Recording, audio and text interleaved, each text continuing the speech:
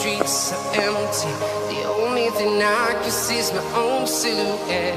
I'm getting stronger, step by step. The clock is ticking, but there's no time for regrets.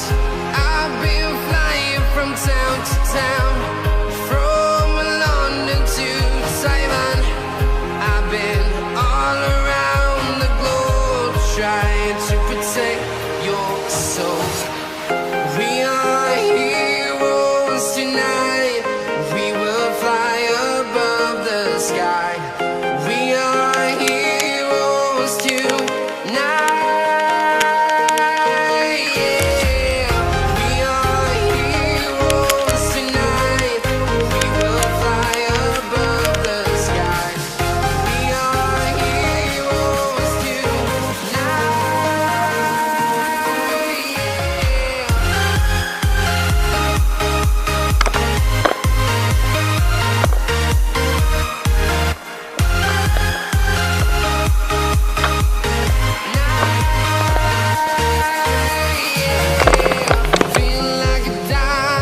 Co quỳnh quả mắt rớm. Ready to explore right up in the sky. I need you to listen, I need you to hear, and don't show any fear. I've been flying from town to town, from London to Taiwan. I've been all around the globe, trying to protect your soul. We are heroes tonight. We will fly above the sky. We are heroes tonight. Yeah. We are heroes tonight. We will fly above the sky. We are heroes tonight.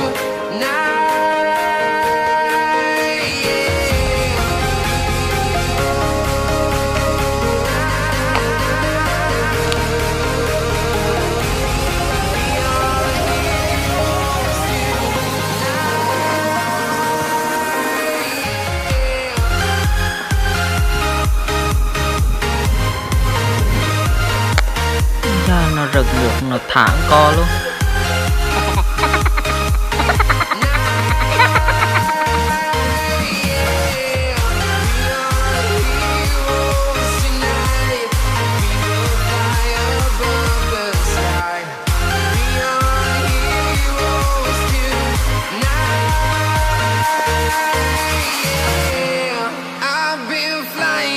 Town to town, from London to Taiwan.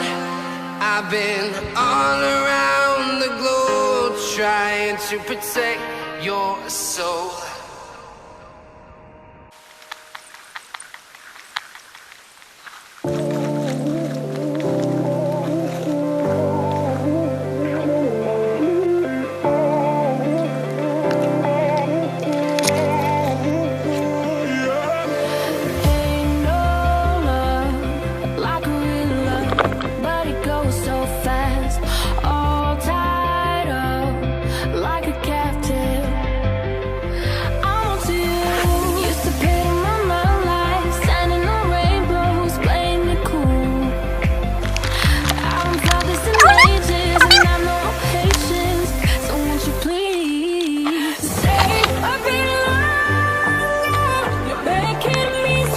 Cầm giấy cho kỹ nghe.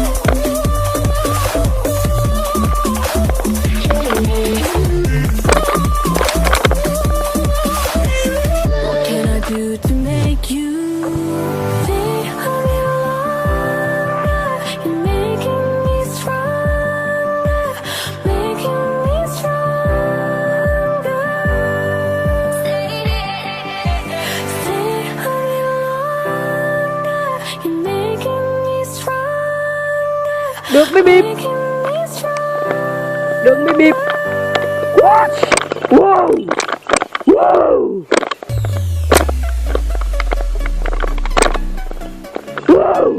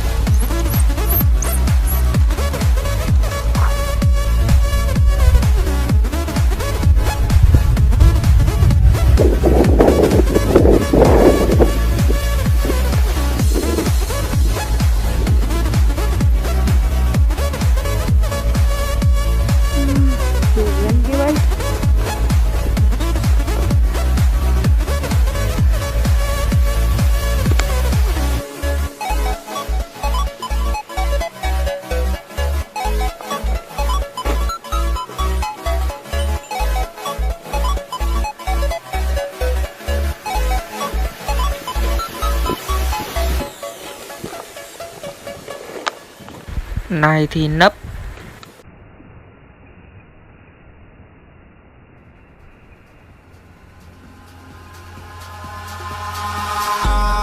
Eyes in the sky, gazing far into the night. I raise my hand to the fire, but it's no use, 'cause you can't stop it from shining through.